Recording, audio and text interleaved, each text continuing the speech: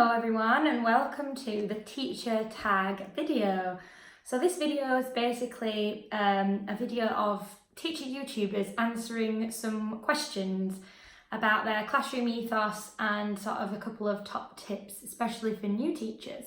This video is in a playlist of videos, so if you want to check the rest of the videos out, you can follow the playlist, and there'll be lots of other different teacher YouTubers answering the same questions that I'm answering. And if you are a teacher YouTuber and you would like to join in with the teacher tag video, hang on to the end of the video and I'll give you some instructions to how you can join in. So, without further ado, let's get into the video.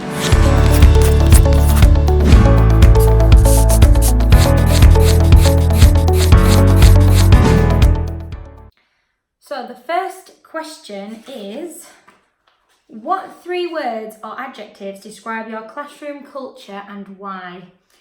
So the first word I picked was love, and that's kind of a big word for where I live and my school in general, really, because it's a really loving environment and we really do try and pass on a lot of the love to the kids, make them feel like we care, which we do, make them feel like it's a home and it's a safe place for them. You know, there's got to be love in the world. So yeah, my first word is love. And my second word is best.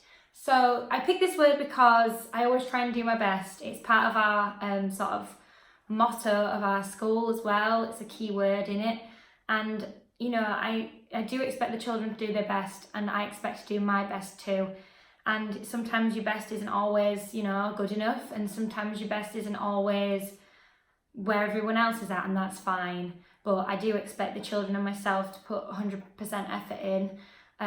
So yeah, I expect it of them, they can expect it of me, and yeah, we always do our best in my classroom. The last one is perseverance. So not giving up is really important to me, and I think in life in general, like I think everybody goes through kind of knockbacks and setbacks in their life, and it's really important to keep going and keep trying. And it's the same when you're learning anything, really. You've got to keep going. If you give up the first try, you're never going to do it. So yeah, perseverance is definitely part of my classroom culture. We've got to keep going no matter what. Second question is, what is one routine or activity that you do that makes students feel welcome in your class? So in terms of making them feel welcome when they first come in the room, I suppose I could go with.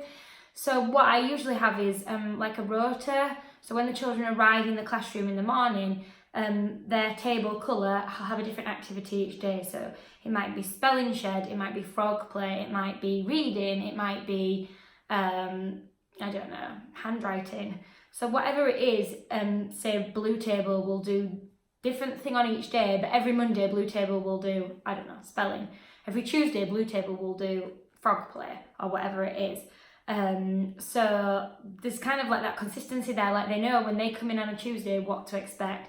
They know where to go, they know what to do, and that is just there from the beginning of the year to the end, and the kids just know where they stand. They know what to do the second they walk in the room in the morning, and it does create that kind of, I know what I'm doing, settled kind of feeling in the room.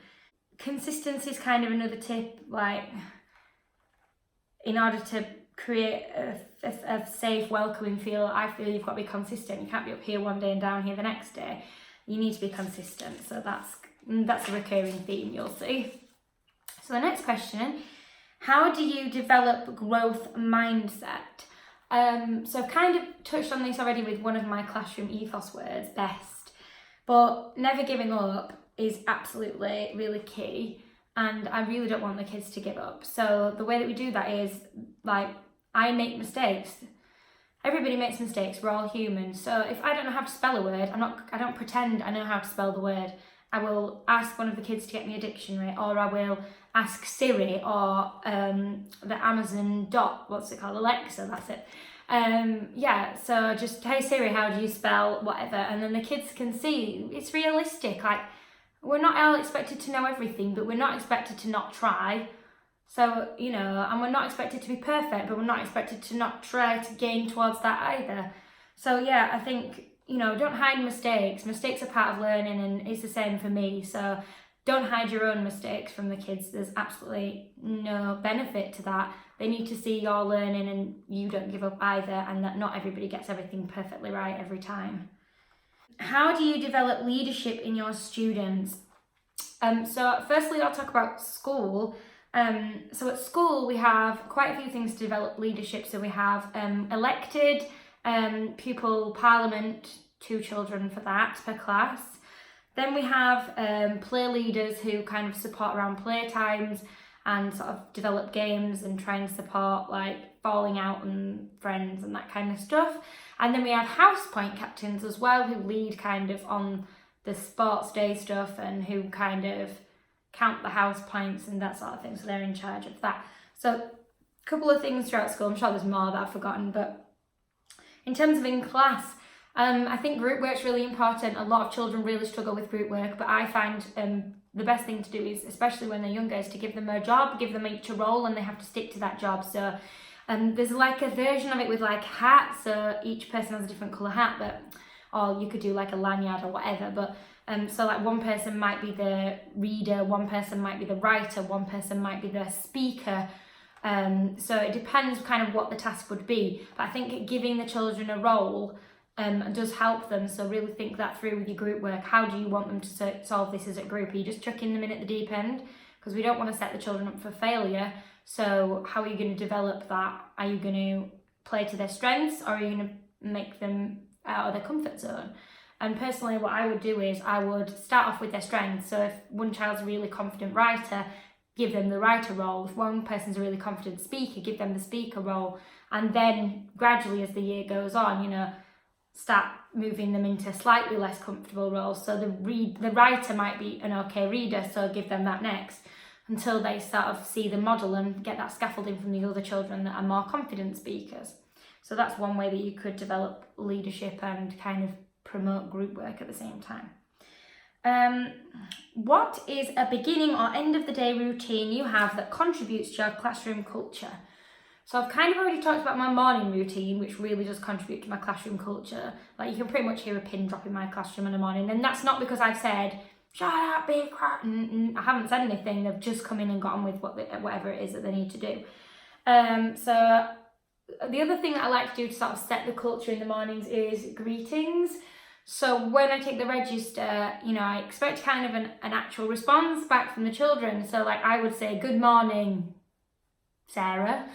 And I would expect Sarah to say, good morning, Mrs. Jowett, not grunt or not morning.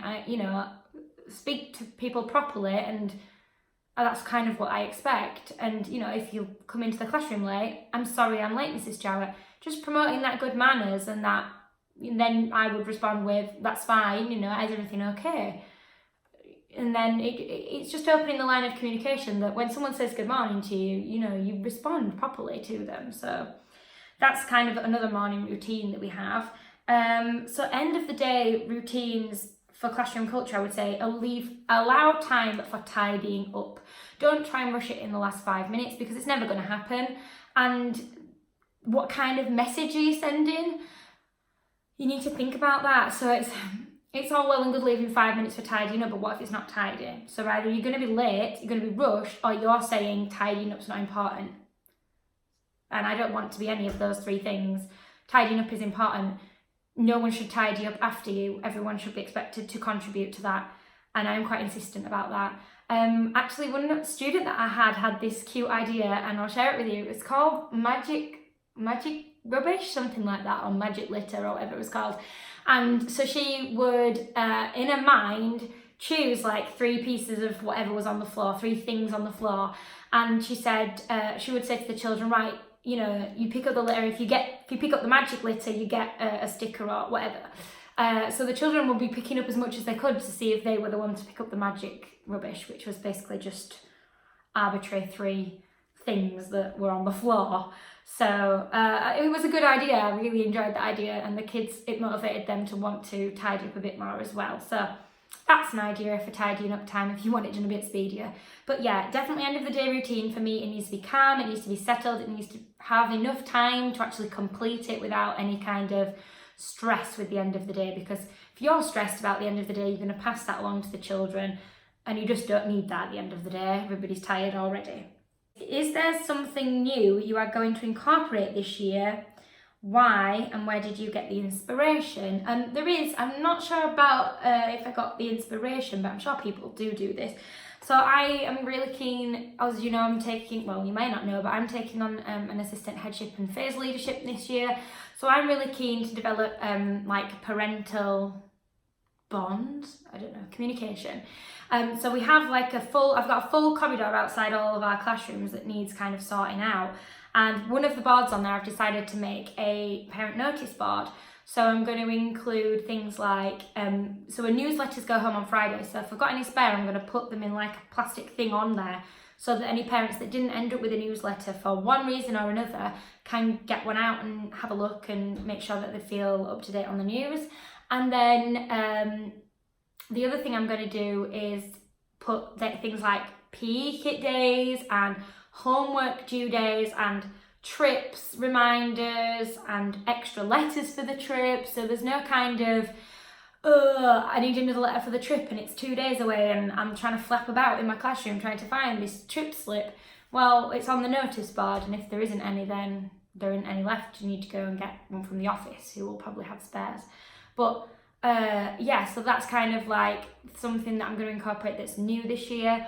I wouldn't mind trying a classroom transformation. However, I feel a little bit like, and my school is very much like this, we kind of teach to teach. We don't teach to faff about. I think sometimes as teachers we can do a lot of kind of trying to make things uber sparkly, and actually, why? I mean, it's lovely to engage the children, and I'm not saying don't engage the children, that's not my point.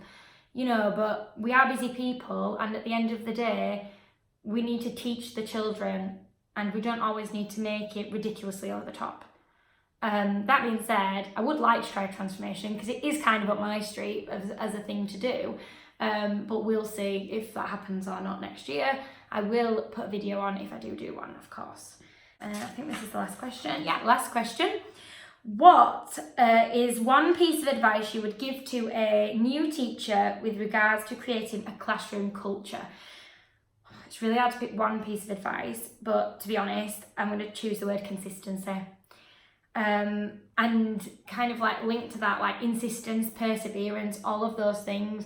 So if you are a new teacher, this is my best piece of advice to you. Go strong. Go in with what your expectations are and do not let it slide.